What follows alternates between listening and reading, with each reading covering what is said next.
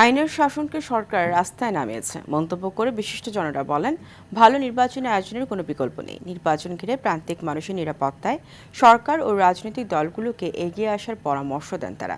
সুষ্ঠু নির্বাচনের জন্য জাতীয় ঐকমত্য কমিশনের ভালো প্রস্তাবগুলো সরকার গ্রহণ করেনি বলে অভিযোগ করেন নির্বাচন ব্যবস্থা সংস্কার কমিশনের প্রধান ডক্টর বদিউল আলম মজুমদার। তৌহিদুর রহমানের রিপোর্ট।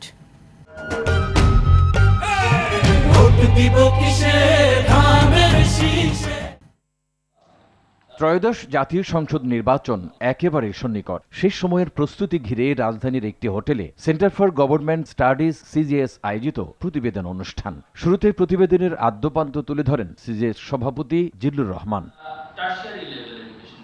সংখ্যালঘুদের নিয়ে বৈষম্যের কারণেই নির্বাচন বহু ক্ষেত্রে নির্যাতনে পরিণত হয়েছে অভিযোগ করে অর্থনীতিবিদরা নির্বাচনী ইশতেহারে থাকা অঙ্গীকারগুলোকে নজরদারিতে রাখার তাগিদ দেন। ওই পিছিয়ে পড়া মানুষগুলোকে ভোট কেন্দ্রে যেয়ে ভোট দিতে হবে এবং তাদের নিরাপত্তাকে নিশ্চিত করতে হবে। ভোটের দিনে তাদের যাওয়ার নিশ্চিত দিতে হবে। ভোট উত্তর কোনো সহিংসতার শিকার যাতে তারা না হয় সেটা দেখতে হবে এবং ভোট উত্তর পরিস্থিতিতে তারা জীবন জীবিকাতে যেন কোনোভাবে বৈষম্যের শিকার না হয় সেটার দায়িত্ব নিতে হবে।